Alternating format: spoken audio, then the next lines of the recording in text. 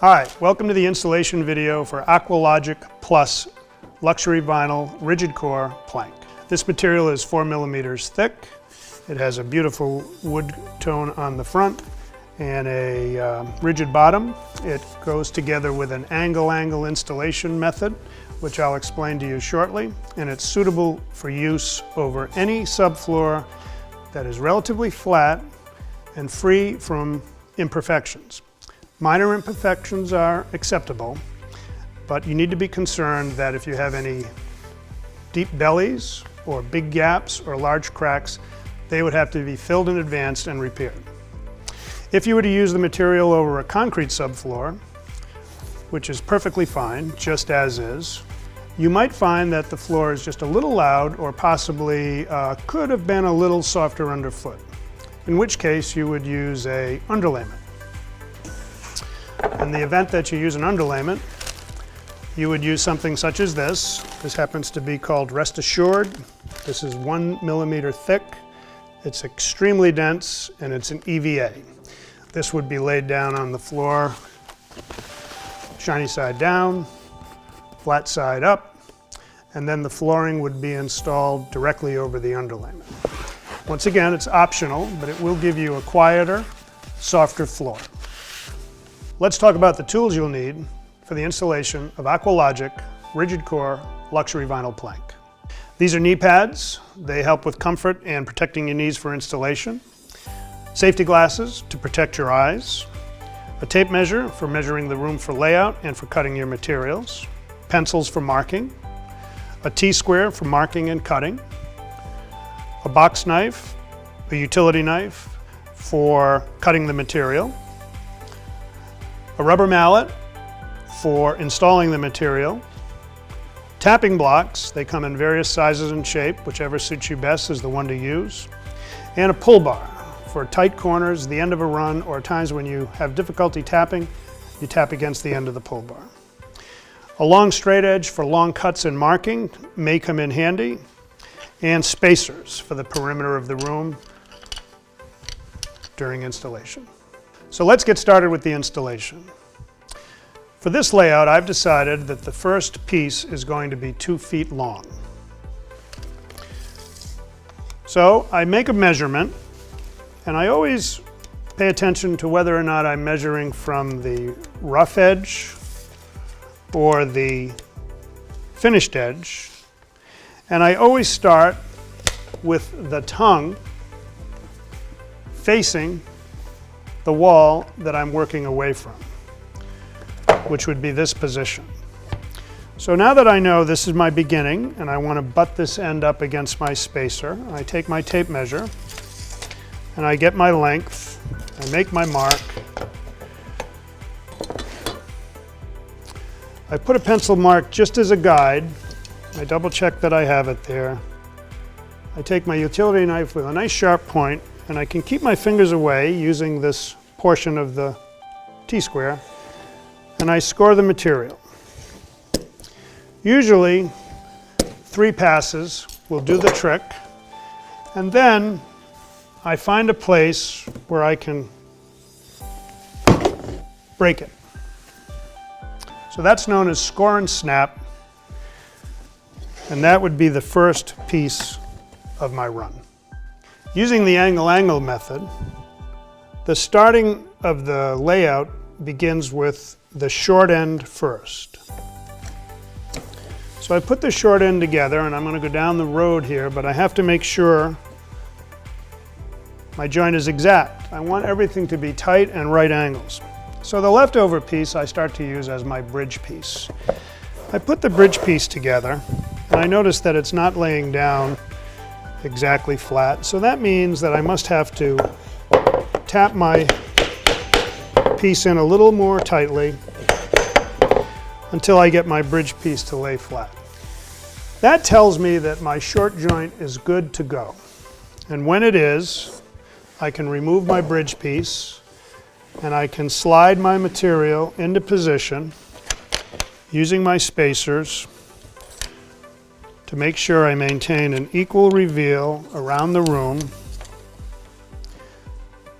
making sure I don't disrupt my joint that I've done, and then I go on to the next piece. I've pre-cut the pieces for this demonstration just to save time. And once again, I have my tongue and my groove, and I insert the short end. I sneak it by my spacer, and to be sure that I have it lined up exactly, I use my bridge piece again. I slide it in, and I see that I don't have quite a tight joint, so I remove it. I readjust my joint. I put my bridge piece back, and if my bridge piece lays down flat, job done.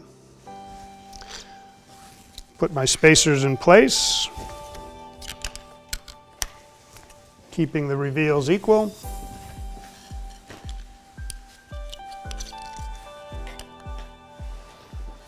Remove the bridge piece, and now I'm ready to do the next row. My next piece, in this case, will overlap this seam, and I'm going to put my long edge in. I'm going to put it roughly where the end of this one is. I double check with my spacers to make sure I have the correct reveal. I see that it's not laying quite flat, so now I know I need to use my tapping block. You may have noticed that drop right down into place. That's why the tapping, and emphasis on the word tap and not hit. It's all about tapping the material so that it gently goes together. And when you do the next piece, which in this case is going to be a long piece, I go to the short end, but now you find out there's a new phenomenon. You can't get it in tight when it's up in the air like this, so you lay it down as close as you possibly can, get it to lay closely together. And now the word angle comes into play. And you lift the material at about a 30-degree angle until the materials join together. And when they're joined together, they lay down flat. If they're not completely joined together, then they're not together. You can double check your joints with your bridge piece periodically. Make sure you have a nice tight fit. You notice that laid down when I gave it a tap. So now that we have these two pieces installed, we're ready to finish the run. I have approximately a 12-inch piece to put in. And as you can see, this is kind of a tight little place to work. As I mentioned earlier, the short end typically goes in first. Well, not necessarily in a situation like this, just for ease of working. So I'm going to put the long end in, and I'm going to do the same thing and slide this over as close as I can get it, and recognize that in order to get these closer, I have to tap this side in. But to make sure I don't damage the material, I'm going to use my bridge piece again, and I'm going to lock the assembly together with my bridge piece. Now I'm going to take my pull bar and my rubber mallet, and from this direction,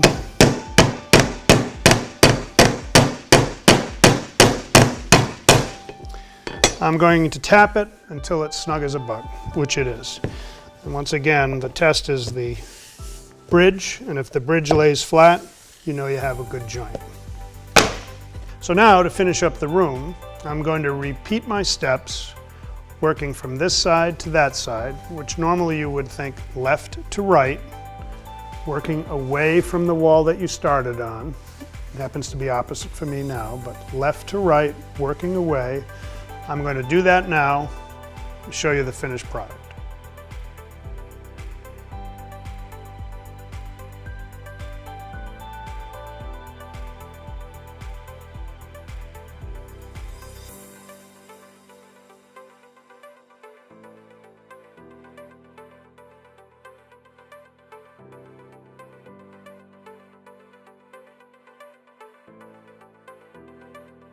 And now that all my planks are installed, and I'm happy that all my joints are nice and tight, I can stand back and look at it from different perspectives in the light.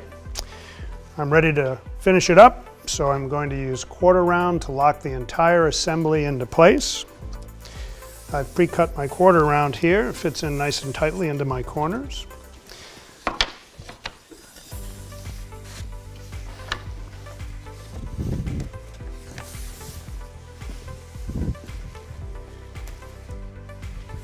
So, enjoy your new floor.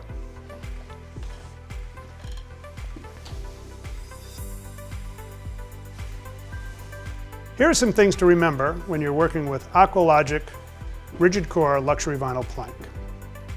AquaLogic is completely waterproof.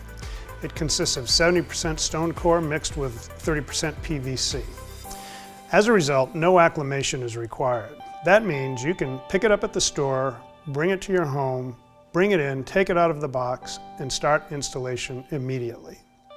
Another thing to be careful about is pattern repeat. The planks tend to repeat themselves after 5 planks. The 6th is a new plank. It's potentially possible to get 2 that look exactly alike next to each other. So to avoid that problem, open up 3 boxes, lay the material out on the floor, and glance at it to make sure that you're picking up a piece that doesn't look exactly like the piece next to it.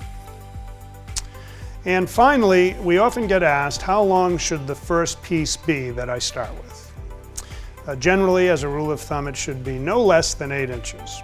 But it's wise to measure the floor, that is to say the room, and be sure that if you cut it at 8 inches, you won't wind up with a 1-inch piece at the other end. You would adjust accordingly. Do the math and try to come up with an equal starting point on one end at the other, and then stagger it with using the rule of thirds, at least thirds going forward. As you can see by the installation video, we've staggered the planks here doing that same technique, and it yields a very nice result. Thanks for watching this video, and enjoy your AquaLogic floor.